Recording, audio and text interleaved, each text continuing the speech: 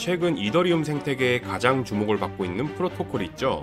바로 ERC-404라고 불리우는 표준입니다. ERC-404와 함께 ERC-404를 최초로 구현한 판도라 토큰은 출시 직후 엄청난 관심을 받아 한때는 일주일 만에 12,000%라는 천문학적인 상승률을 기록했고, ERC-404는 판도라의 가격 상승과 함께 더욱 주목을 받게 되었습니다. 오늘은 현재 암호화폐 시장에서 가장 핫 이슈로 떠오른 ERC-404가 무엇인지, 그리고 정말로 ERC-404가 이더리움 생태계를 바꿀 새로운 패러다임이 될 것인지 얘기해 보겠습니다. 이더리움에는 토큰 표준이라는 게 존재합니다. 간단히 설명해 보겠습니다. 여러분들은 ERC 무슨 토큰 혹은 ERC 뒤에 무슨 숫자가 붙은 것을 보거나 들으셨을 겁니다. 이더리움 네트워크를 통해 발행하는 모든 토큰은 정해진 프로토콜, 즉 정해진 규칙에 따라 발행이 됩니다. 그리고 개발자들은 보통 이더리움 리퀘스트 포 코멘트, 줄여서 ERC라는 프로토콜을 통해 각자의 규칙을 구현하고 숫자를 붙여 구분하도록 설계합니다.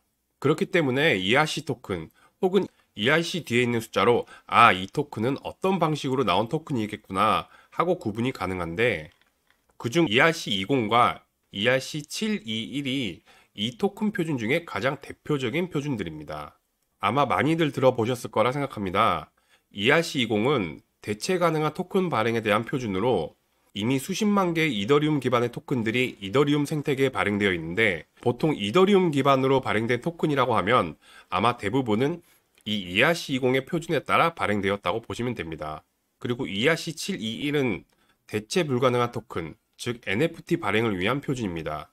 이 ERC20과 ERC721을 통해 발행된 토큰들은 각자의 목적과 표준에 따라 나왔기 때문에 기능들이 다를 수밖에 없는데, 최근 이더리움 생태계에서 가장 유명한 이 두 표준들의 특징을 합친 새로운 표준이 등장했다고 해서 시장은 주목을 하게 됩니다. 그게 바로 ERC-404 표준입니다. NFT는 2017년 라바랩스의 크립토펑크 탄생을 시작으로 다른 것으로 대체가 불가능하다는 고유성을 앞세워 디파이 영역과 함께 암호화폐 시장에 엄청난 열풍을 불러일으킨 섹터 중의 하나입니다. 특히 희소성이라는 특징에 맞게 사진이나 영상, 예술작품에 적용한 실제 사례가 나오면서 2021년 이더리움의 상승세를 이끈 장본인이기도 합니다만, 그에 대한 단점은 분명히 존재했었는데요. 바로 유동성입니다. NFT는 ERC20 토큰과 같이 일부만 구매할 수는 없습니다. 예를 들어 이더리움은 0.1 이더만 구매가 가능하지만 1 이더짜리 NFT를 구매하려면 1 이더가 반드시 필요합니다. 그리고 내가 판매하고 싶은 경우에도 만약에 그 NFT의 바닷가가 아주 높은 NFT라고 한다면 그에 꼭 맞는 구매자가 나타나야 합니다. 그리고 ERC-404는 이러한 문제를 해결하기 위해 설계됐습니다. 앞서 말한 판도라를 예를 들어 보겠습니다. 내가 만약 1 판도라 혹은 그 이상을 구매하면 내 지갑에 해당 물량과 함께 NFT가 생성이 됩니다. 하지만 구매하는 물량이 1 판도라보다 적다면 그냥 NFT를 제외한 ERC20 토큰인 판도라 토큰만 들어옵니다. 반대도 마찬가지입니다. 보유하고 있는 판도라 중 일부를 매도해서 잔액이 1 판도라 이하면 가지고 있던 NFT는 자동 소각이 되고, 매도를 했더라도 최종 보유량이 1 판도라 이상이면 그 수에 맞춰서 NFT를 보유가 가능하고 오픈시나 블러에서 거래가 가능합니다. 이에 따라 만약 NFT 거래소에서 NFT를 판매한다면 해당 물량의 ERC-404 토큰, 즉 해당 물량의 판도라 토큰을 판매한 셈이 됩니다. 이렇듯 자동적으로 NFT 생성과 소각이 되기 때문에 결과적으로 반드시 NFT를 사고 팔지 않아도 이 토큰을 거래함으로써 NFT 거래가 가능한 셈입니다. 이는 마치 증권시장의 STO나 조각투자와 비슷한 개념으로 보시면 되겠습니다. 기존에도 NFT 유동성을 확보하기 위한 방법들은 존재하긴 했습니다. 하지만 ERC-404는 토큰 자체에 분할 기능이 탑재되어 있기 때문에 주목을 받았으며, 깃허브에서도 소개하고 있는 것처럼 유동성과 분할의 두 마리 토끼를 동시에 잡음으로써 진입장벽을 낮추고 거래가 더 활발해질 것으로 각광을 받고 있습니다.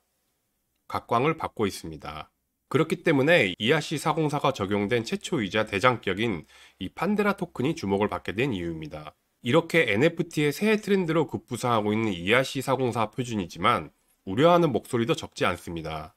가장 큰 점은 이 ERC-404 표준은 정식 표준이 아닌 실험 표준이라는 점입니다. ERC 표준이 정식 표준이 되기 위해서는 EIP라는 이더리움 재단과 커뮤니티의 검토와 합의가 필요합니다. ERC404는 그 단계를 거치지 않았기 때문에 아직 보안이나 취약점 등이 충분히 검증되지 않았습니다. 또 하나의 단점은 가스비인 수수료입니다. ERC404 NFT 생성과 거래 등에 필요한 가스비는 일반 NFT의 평균 가스비보다 3배 정도 더 높은 것으로 알려져 있습니다. 실제로 ERC404가 활발히 거래한 기간의 이더리움 가스비는 급격하게 상승했습니다. ERC404의 등장으로 올라간 가스비는 이더리움 커뮤니티와 투자자들 사이에서 좋지 못한 시선으로 바라보고 있고 논쟁을 촉발시키고 있습니다. 마지막으로 ERC404는 현재 지나치게 과열되고 있다는 우려입니다.